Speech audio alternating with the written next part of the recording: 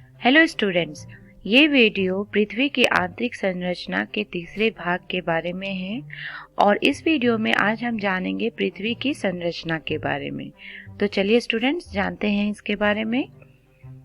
पृथ्वी की संरचना जो है वो स्तरित संरचना है, यानी जैसे जैसे हम पृथ्वी के सतह से पृथ्वी के अंदर जाएंगे हमें विभिन्न स्तर, जिसे हम लेयर भी कहते हैं, वो मिलता है। इसीलिए पृथ्वी जो है उसकी संरचना को हम स्तरित संरचना कहते हैं। तो आइए देखिए ये स्तरित संरचना कैसे है और कौन कौन से विभिन्न स्तर पाए जाते हैं पृथ्वी में। तो पृथ्वी का सबसे ऊपरी स्तर जो है वो कहलाता है भूपर्पटी, जिसे हम क्रस्ट भी कहते हैं। और जैसे जैसे हम पृथ्वी के सतह से अंदर जाएंगे तो दूसरा स्तर जो मिलता है पृथ्वी में उसे हम कहते हैं मेंटल। तीसरा स्तर जो है वो है बाह्य कोर, जिसे हम आउटर कोर भी कहते हैं। और पृथ्वी का सबसे भीतरी स्तर जो है उसे हम कहते हैं आंतरिक कोर। तो यहाँ हमने देखा कि कैसे 4 स्तर पाए जाते हैं पृथ्वी में, इसीलिए पृथ्वी की संरचना जो है वो स्तरित संरचना कहलाती है। आगे इस वीडियो में हम इन विभिन्न स्तरों के बारे में विस्तार से जानेंगे। तो चलिए जानते हैं सबसे पहले पृथ्वी की भूपर्पटी यानी क्रस्ट के बारे में। तो ये पृथ्वी का सबसे बाहरी भाग होता है, जैसे कि हम इस चित्र में देख सकते हैं। ये जो भूपर्पटी है वो बना हुआ है महासागर भूपर्पटी से और महाद्वीप भूपर्पटी से, और इसकी मोटाई जो है वो अलग अलग होती है। यानी महासागर भूपर्पटी जो है वो 5 किलोमीटर की मोटाई तक पाई जाती है और महाद्वीप भूपर्पटी जो है वो 30 किलोमीटर की मोटाई तक पाए जाते हैं। और ये जो महासागर भूपर्पटी है वो बने हुए हैं बेसाल्ट चट्टान से, जिनका घनत्व होता है 2.7 ग्राम पर सेंटीमीटर क्यूब। वहीं पे महाद्वीप भूपर्पटी जो है वो बने होते हैं भारी चट्टान से और जिनका घनत्व होता है 3 ग्राम पर सेंटीमीटर क्यूब। तो यहाँ हमने जाना भूपर्पटी के बारे में, जो बने हुए हैं महासागर भूपर्पटी से और महाद्वीप भूपर्पटी से, और जिनकी मोटाई जो है वो भिन्न होती है। साथ ही साथ वो जिन चट्टानों से बने होते हैं वो भी भिन्न होते हैं और उनका घनत्व भी भिन्न होता है। और ये महाद्वीप भूपर्पटी जो है वो कहीं कहीं पे बहुत अधिक मोटाई में भी पाए जाते हैं। जैसे हिमालय पर्वत श्रेणियों में ये भूपर्पटी की मोटाई जो है वो लगभग 70 किलोमीटर तक होती है।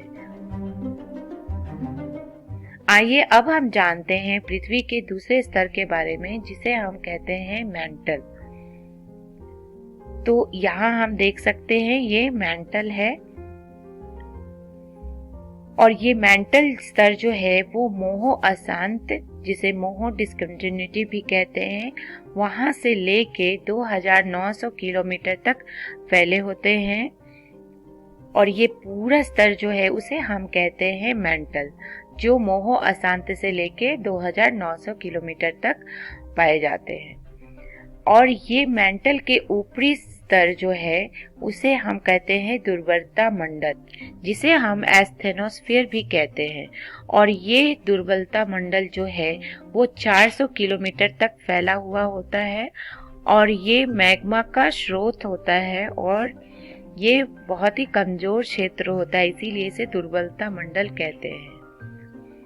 अब भूपर्पटी और मेंटल का ऊपरी भाग जो है, जिसे हम दुर्बलता मंडल कहते हैं, ये दोनों मिलकर स्थल मंडल, जिसे हम लिथोस्फीयर भी कहते हैं, वो बनाते हैं। यानी लिथोस्फीयर बना हुआ है भूपर्पटी और मेंटल के ऊपरी भाग से, जिसकी मोटाई 10 किलोमीटर से लेके 200 किलोमीटर तक होती है।